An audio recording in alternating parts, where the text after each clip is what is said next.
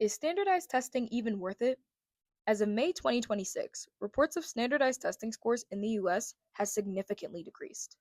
According to the Education Opportunity Project at Stanford, reading scores were 83% lower in districts with available data. Today, we're at the School District of Philadelphia to ask people, is standardized testing scores really worth it? Does it truly represent students? I think it puts a lot of pressure on them. So it does give you like a benchmark, a number, but I think it's weighed too heavily. You already have enough pressure on you. Society's got enough pressure on you as it is to succeed, to do well. Hey, what are you going to do with yourself? We're asking freshmen, what are they going to do? What do you want to be? How do you know when you're 14 years old, what do you want to be?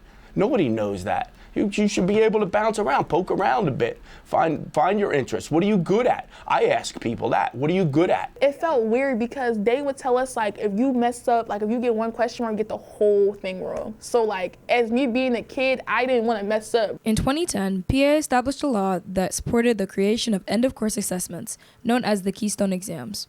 The Keystone's two main purposes: high school graduation requirements and providing a way for the state and federal government to hold high schools accountable for educating students. However, students haven't performed well on this exam, as most of them have scored between below basic or basic. Originally, the state regulations allowed students to demonstrate proficiency through the completion of a project-based assessment. Nowadays, the Senate Bill 1095 encourages students to score between proficient or advanced on each Keystone exam. So standardized testing is a real high stakes thing. The whole building is getting judged on how you do on the standardized test. Oftentimes you see the schools who score the highest are the ones who get bonuses for their education systems. But this becomes a really vicious cycle because schools that aren't scoring as well aren't getting the resources that they need. Say you're the Algebra 1 teacher and you get a bunch of people moved up into proficient. You're going to get a lot of accolades. People are going to look, oh, look at you, look at the success you were. You're also getting judged by that. We asked the superintendent of SDP about the standardized testing scores in a recent interview. Here's his response. Yes, I think test scores matter. They're one measure. They're not the only measure. And we sure are focused on getting better. What happens is different states, different school districts have different curricula for reading, math, and science. Different states have different assessment systems.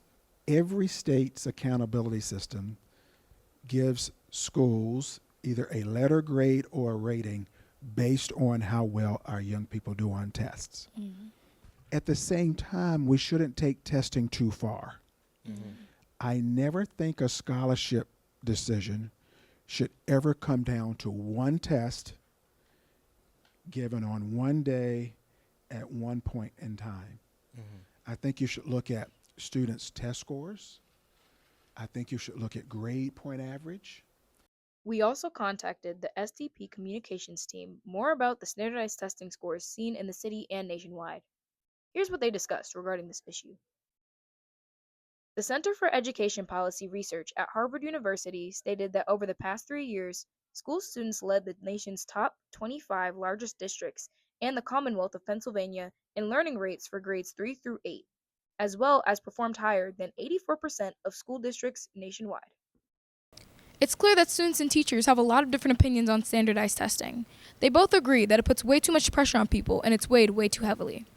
But it is the easiest way to measure students' growth throughout the district. It makes you wonder, how is standardized testing going to be in the future? And are they going to continue it? This is Sabria, back to you.